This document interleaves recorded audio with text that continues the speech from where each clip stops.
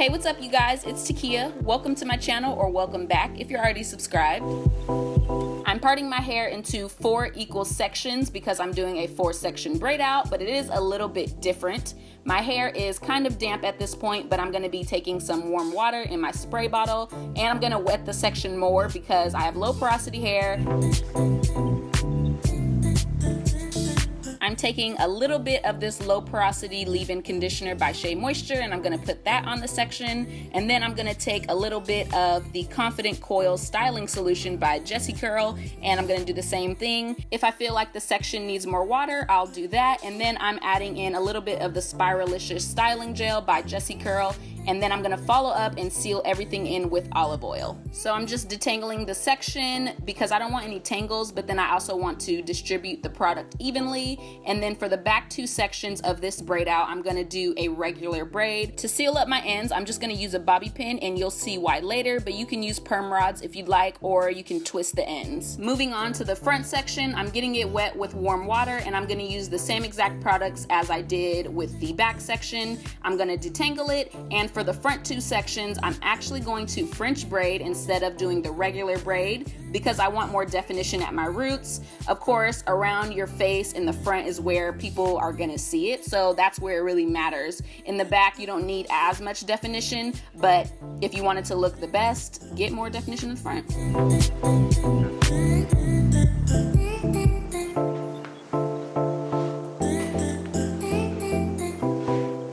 So the bobby pins are useful because I just got a haircut and I want as much length as possible. So I'm stretching the braids across my head, and I'm using the bobby pins so that the ends don't curl up and I don't get a ton of shrinkage.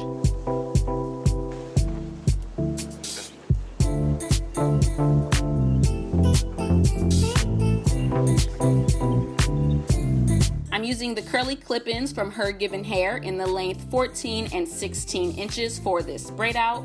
This hair is extremely curly, and I wasn't sure if I was able to get a braid out look, but just by leaving in some of the conditioner I co-washed the hair with and the water, I was able to get it pretty stretched. So using this little tip of putting it on your sink is also very helpful, and you want to make sure that you're always detangling the hair as you're braiding, and the braids turned out pretty good. It's the next morning, and I honestly thought my braids were still gonna be wet, and I thought I was gonna have one of those natural hair problem moments, but luckily I didn't. I guess God got me. So at this point, if you're here for a braid out, I'm pretty sure you already know how to take down your braids. I'm just going to separate each braid carefully. I still like fluff, so I'm taking a pick and I'm going to pick out the section so it's a little bit more fluffy and so that it blends better.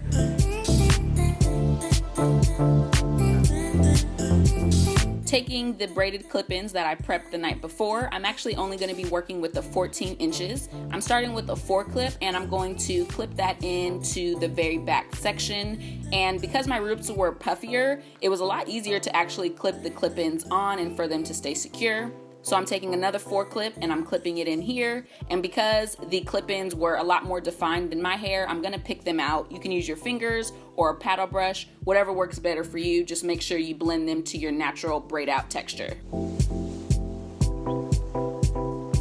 Taking one of the 3 clips, I'm gonna pick that out first, and then I'm going to clip that into the back side section. Now, I found that it was so much easier to actually pick it out before you put it into your hair and before you clip it in. It's just so much easier that way, and it blends a lot better, as you see here.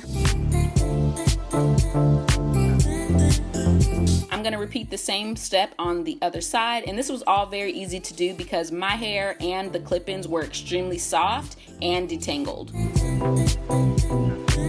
Give the video a thumbs up and leave a comment if you want a tutorial on how I lay down my edges the classy way.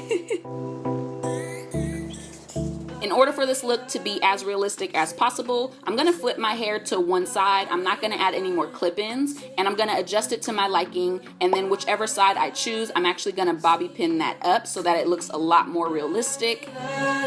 Say, do you remember the 21st night of September? Love was changing the minds of pretenders while chasing the clouds.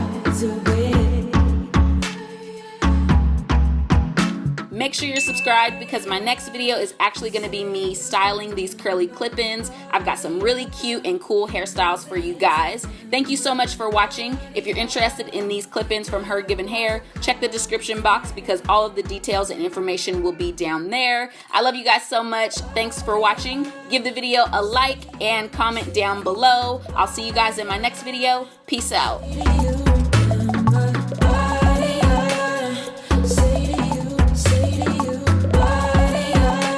Switchblading, I'm cutting through these haters. I'm stunting, I'm sauteing. I don't know what y'all saying. Broadway told me don't do it.